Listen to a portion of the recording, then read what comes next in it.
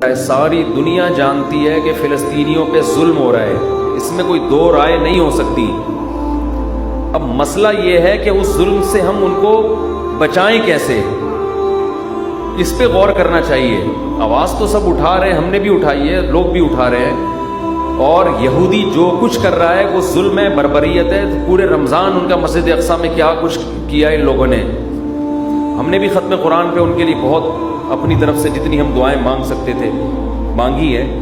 تو دیکھیں اس وقت جو ہے نا، دو کام ہم کر سکتے ہیں۔ ہمارے اور آپ کے کرنے سے وہ کچھ نہیں ہوگا جو ہمارے حکمرانوں کے کرنے سے ہوگا۔